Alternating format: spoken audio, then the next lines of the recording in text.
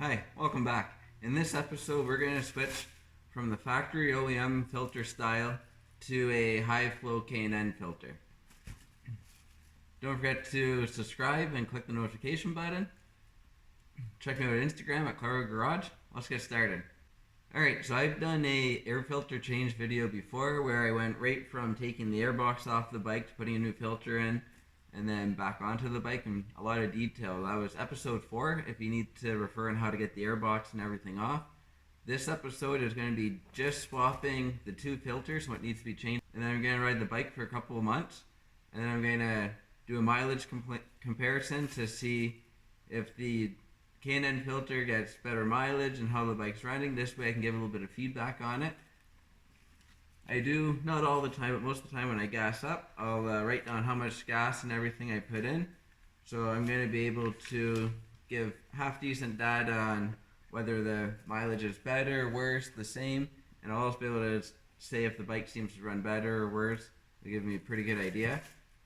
So the filter that I'm going to use is the OEM replacement filter. K&N has another filter that instead of fitting inside your box and keeping your nice chrome cover, they have another one that goes around the whole edge of the box, and then it takes a different cover. But I like how the bike looks. I don't want to change anything. And then one other downside to that one is if you're riding a lot of weather and rain and that kind of stuff, you have a little slip-on thing you put on it to keep the water out, and I don't want to have to worry about losing that or if it comes off when I'm riding down the highway. So I'm going to go with this filter, but a chum of mine, he's putting the other filter in his bike right now, and so I'll be able to maybe get a little bit of feedback on that as well, whether he likes it or not. I know it came with new jets for the carburetor, where this one didn't come with any of that stuff. So, but this one did come with the filter itself, which is reusable and cleanable, and then it came with a little bit of hardware, 2 new screws to hold the filter in because there's a little more depth to the body on this one, a rubber grommet, and a 90-degree T, or not T, but just 90-degree connector, and a new chunk of hose. And it did come with some instructions too. I gave them a quick read through. They're fairly straightforward, so it shouldn't be too bad. And you get your little stickers in the box too, which is always okay.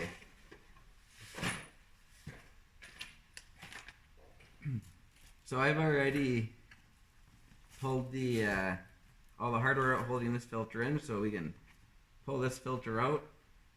And as you can see, it was really dirty and time to be changed. It should have probably been changed last year, but I decided I was going to put a K&N filter on and finally got around to getting one.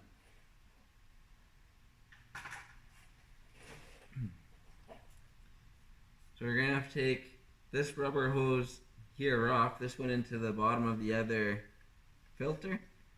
So we take that off, and we're not going to need it anymore. And then we need to slip that other rubber hose on. So I'm going to pull this piece out just so it's easier to slip it on. So I'm going to make sure I get it on all the way instead of trying to fight with it. And it's just the 2 Phillips screws right there and there.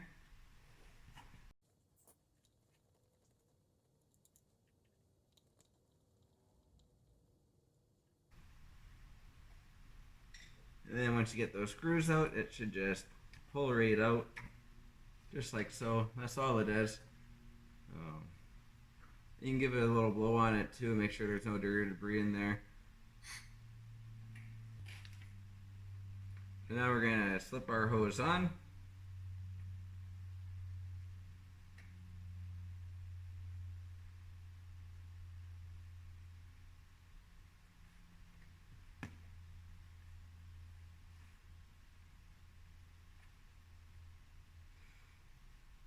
And that's on all the way like so.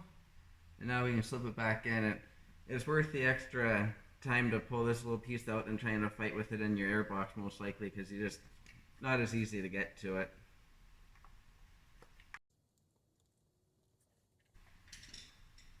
And now we put our screws back in.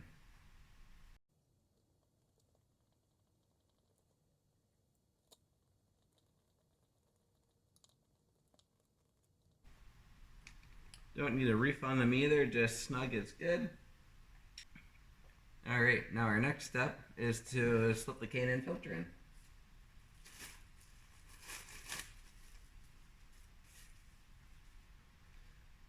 So the old filter, it has a gasket on it, a little O-ring, I guess big O-ring.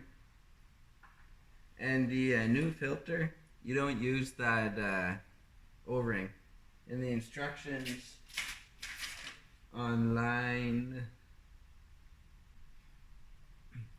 so the instructions on number 6 there, it specifies that you will not use that O-ring with the new filter, and there's no good spot for it to really fit on anyways. So that's gonna slip in. But before I do that, I'm gonna, one of the further steps, we gotta put a rubber grommet in here. And I noticed when I was looking at it that there's a piece of rubber kind of half blocking this off here, but it's not actually supposed to be there. So I'm going to pull that out right now, otherwise that grommet will not fit. But I just wanted to show that before I did it. Yeah, it was just wasn't cleared out all the way, so now we got a straight hole all the way in like it's supposed to be. So now we can mount this right in, so it just pushes into place. And then it came with new hardware because you need longer bolts to put it through. And it came with new washers as well. And we're just going to do these slightly snug and we'll tighten them up after.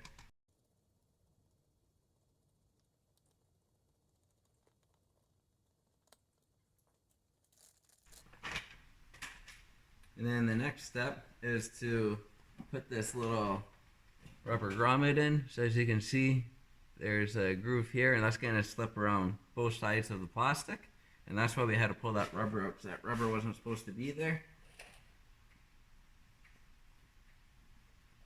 We're just going to flip it in like so.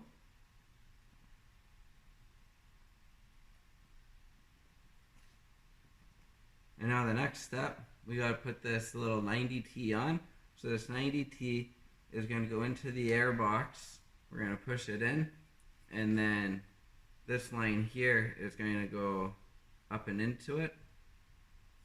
And this is just a vent line. This line just comes out the back side and then vents off the valve covers.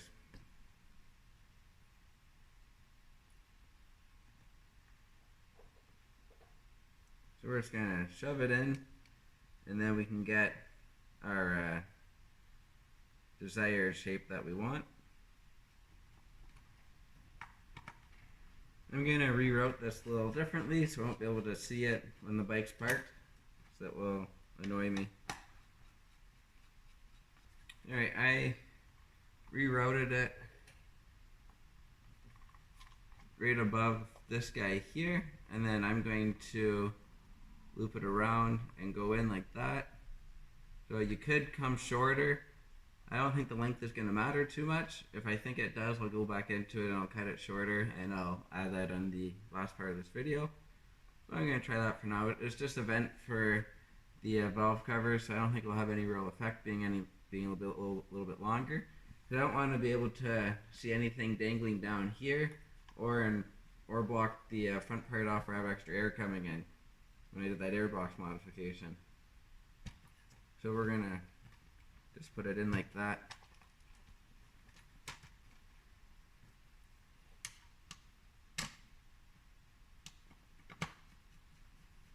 And we're going to snug our filter up all the way too, because we know everything's going to fit the way we want it to.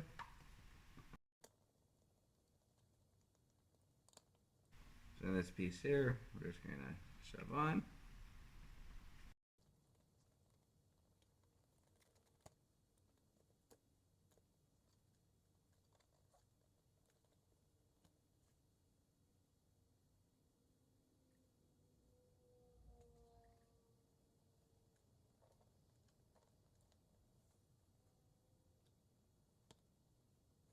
Alright, and that's how it's going to be. So the cover will go on, and it'll be good. Just like so.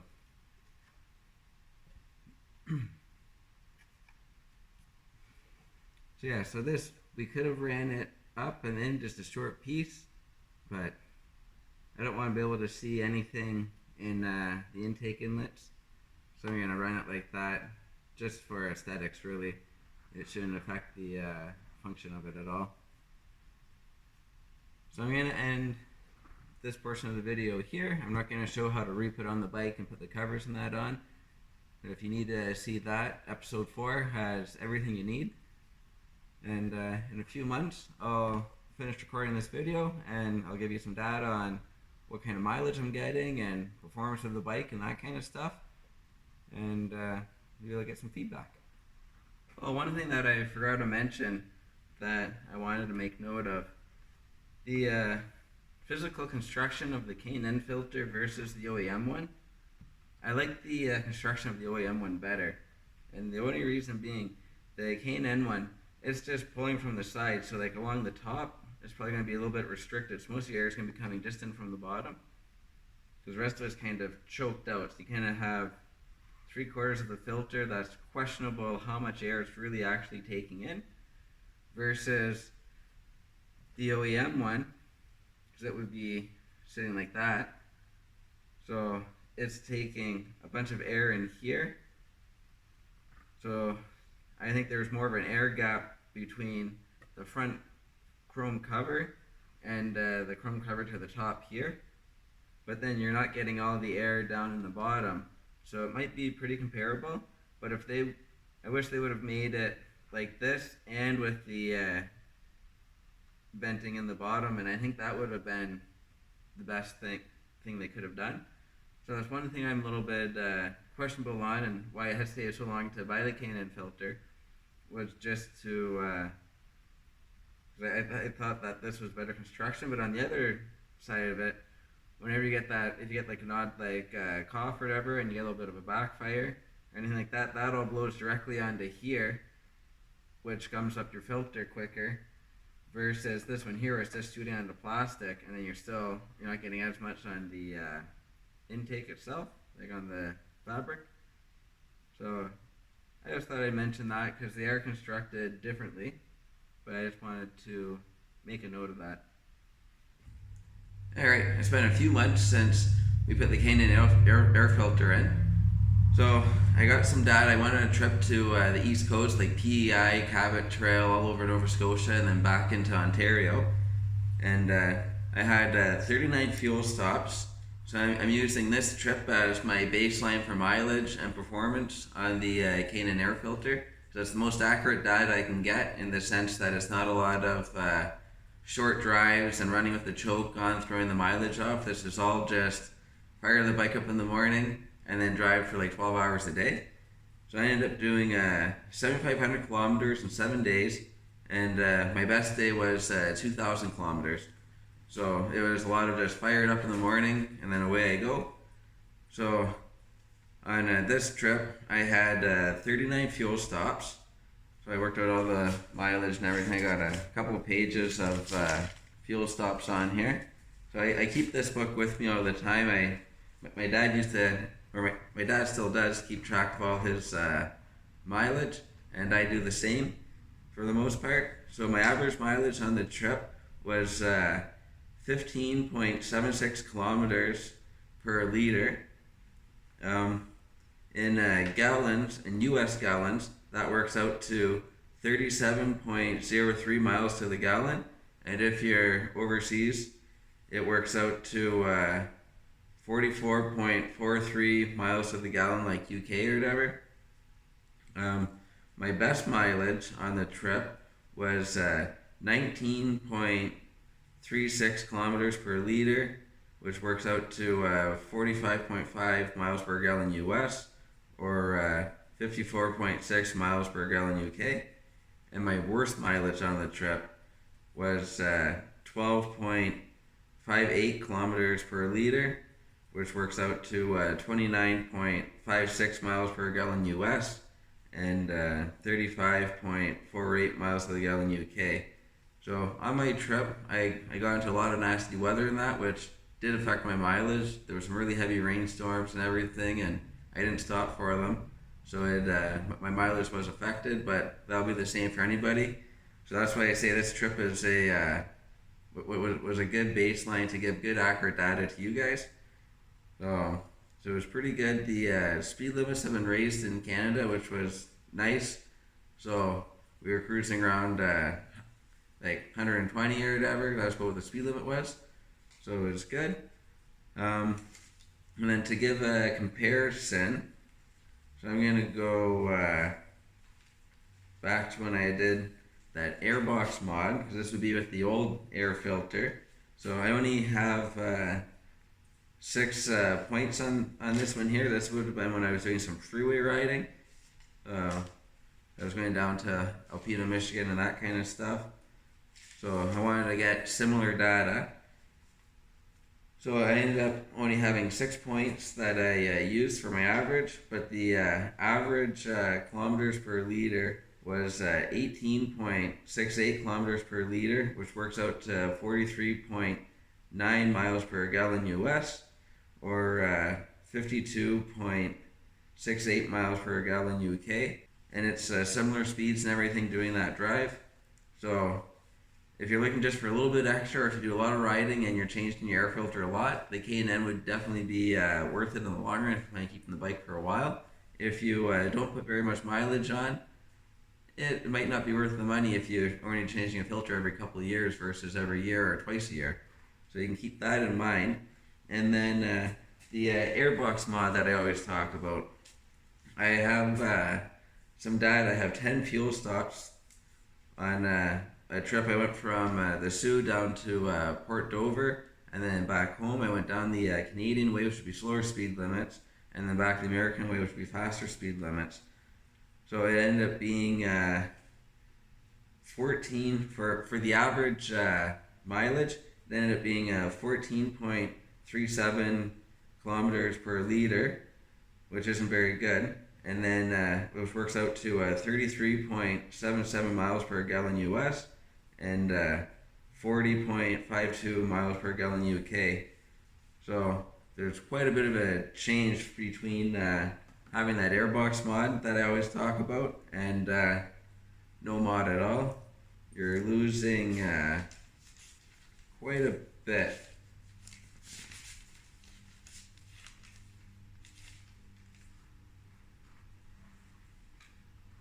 Yeah, you're losing about 10 miles per gallon, or about 4 kilometers per liter, or about 12 miles per gallon UK. So that's on a tank that's around 4.5 gallons or 19 liters. That really makes a difference on the distance you can go.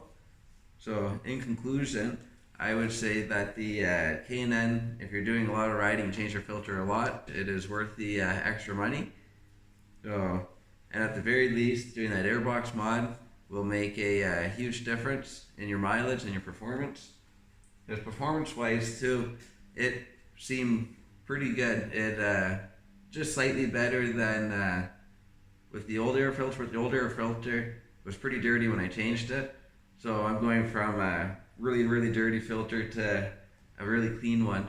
So it's not the best for me to say, oh, I noticed a little bit of a difference. I noticed a lot of a difference because my old filter was should have been changed a long time ago, and I let it go longer than I should have. So, but the bike's running great.